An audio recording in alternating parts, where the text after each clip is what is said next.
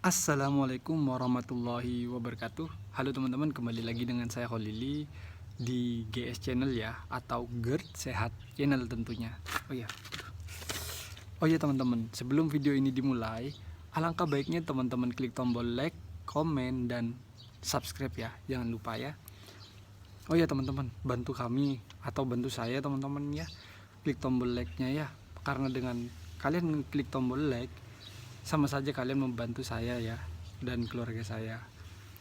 Oh ya teman-teman, di video kali ini saya akan menjawab tentang pertanyaan dari saudara kita, yaitu cewek ya, yang ada di Makassar teman-teman. Kemarin dia telepon langsung via WA ya, langsung ya. Kebetulan dia itu temen dulu ya, temen saya waktu dia tuh kerja di Bali gitu loh. Dulu tuh kerja di Bali dia teman-teman, dan sekarang dia pulang, bukan sekarang sih, sudah sekitar 3 tahun yang lalu dia pulang kampung. Nah, setelah di Makassar dia sakit teman-teman, sakit GERD atau asam lambung ya, bisa dibilang gitu. Dia kena yang namanya gastritis apa gitu, lupa ya, seperti itu teman-teman. Nah, dia, teman saya ini, beliau ini bertanya teman-teman, Mas, gimana sih cara ngatasin ketika kambuh penyakit saya ini gitu. Lah, padahal kemarin saya udah bikin video teman-teman ya, tentang cara ngatasi ketika asam lambung itu naik.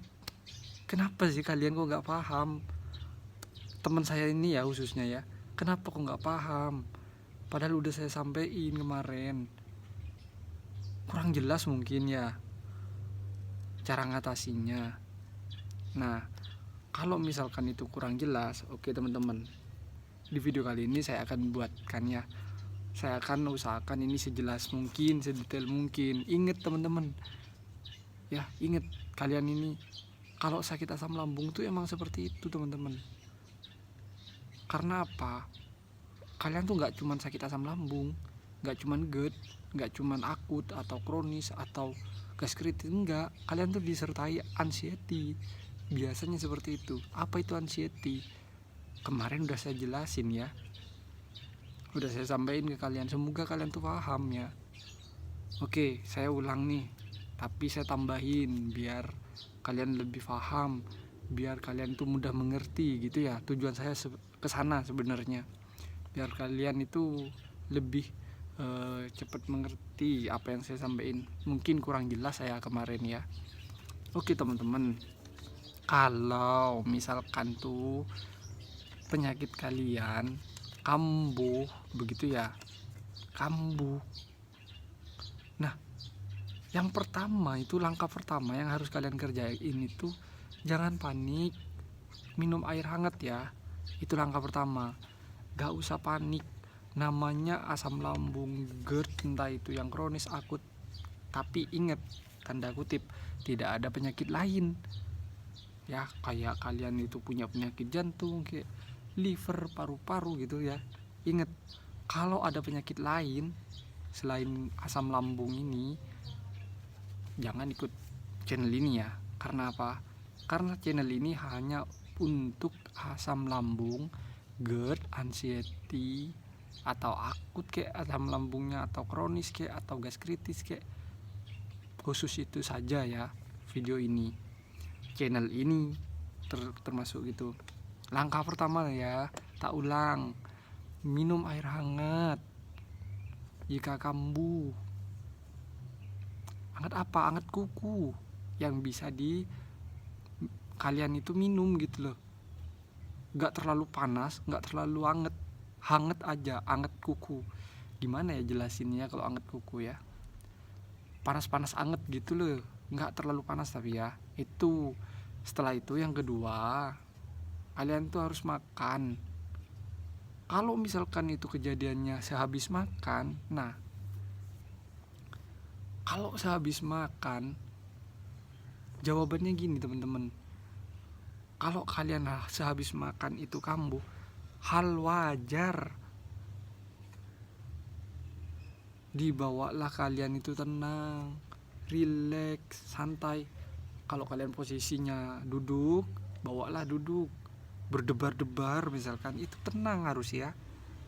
Atau kayak ketekan dari bawah gitu, atau perut kayak ketusuk dari depan ke belakang atau dari belakang ke depan gitu tuh, itu harus tenang. Itu efeknya kurang lebih 15-20 menit, itu bakal hilang sendiri. Begitu teman-teman ya. Saya sebenarnya tidak mau mengulang ini, tapi mungkin video yang kemarin kurang jelas ke kalian, jadi saya akan jelaskan ya, akan bikin lebih detail. Jika itu kambuh, misalkan nih kambuh habis makan, kambuh kalian jalan kemana gitu, aktivitas apa gitu, itu kambuh habis makan, maka jalan utamanya kalian tuh harus tenang. Udah minum belum? Nah gitu, kalau udah minum, biasanya orang habis makan pasti minum ya kan. Berarti kalian solusinya satu, tenang, santai. Santai, inget 15-20 menit itu bakal hilang sendiri. Udah ya, semoga ini ngerti kalian. Terus misalkan belum hilang, langkah ketiga, bawa duduk tapi jangan berbaring ya. Kalian harus duduk, duduknya tegak gini. Kalau misalkan gak kuat, tetap jangan lupa berbaring. Apa? Kok berbaring ya? Sorry. Senderan gini ya, senderan begitu teman-teman. Ya, senderan aja ke tembok, kalau ada kursi ya senderan ke kursi. Tapi intinya jangan berbaring. Ya. Ketika kambuh jangan berbaring. Terus langkah yang keempat nih, jangan fokus sama obat ya teman-teman ya. Ini teman saya ini yang cewek, maklum lah, seorang wanita itu bisa dibilang kalau wanita itu contoh istri saya aja itu rempong teman-teman ya. Maklum lah kalau wanita ketika ada penyakit kayak gitu ya, seperti teman saya ini yang di Makassar, ketika dia sakit seperti itu, kambuh gitu, dia gini, wah mana obat kambuh nih, aku kambuh nih, mana obat saya gitu. Ingat teman-teman, jangan minum obat, jangan sering minum obat. Jujur, dari dokter aja ya, dari dokter itu paling nggak cuman kalian tuh dikasih jatah obat 7 hari, nggak sampai 6 harian kayaknya. Setelah itu dokter biasanya nggak ngasih lagi. Tujuannya apa teman-teman? Ya biar lambung kalian tuh cepet sembuh. Tujuannya dokter seperti itu. Tapi sama kalian tuh disalahgunain. Salahgunain gimana? Kambuh dikit minum, kambuh dikit minum. Nah itu jangan ya, ingat. Efek sampingnya apa? Nggak sembuh teman-teman, lama. Orang obat itu seperti depending aja gitu loh. Kalian minum sekarang ya sekarang sembuh, 1 hari kemudian kambuh lagi kayak gitu ya. Seperti itu teman-teman ya. Jangan sering-sering minum obat. Kalau ngeluh ya semua orang sih yang sakit asam lambung pasti ngeluh, termasuk saya juga dulu gitu loh. Juga ketika kambuh ya ngeluh. Gimana nggak mau ngeluh, orang sakit, nggak enak, nggak nyaman gitu loh. Iya teman-teman.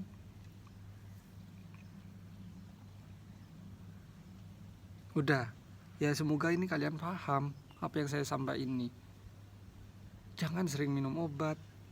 Gini teman-teman, logikanya kalau kalian minum obat satu misalkan ya, itu depending sehari nanti sakitnya. Besok lagi tuh kalau kamu nggak minum, sakit lagi tuh. Minum misalkan besoknya lagi, depending lagi, besoknya kambuh lagi. Sembuh tidak. Obat itu hanya istilahnya itu kayak keran gitu loh. Ketika kerannya ditutup, air nggak keluar, sama kayak gitu. Obat itu cuma nyetop asam lambung sementara, besok tuh keluar lagi asam lambungnya, begitu berproduksi lagi, sakit lagi perut kalian gitu. Entah itu dada sesek, panas, atau perut perih gitu tuh.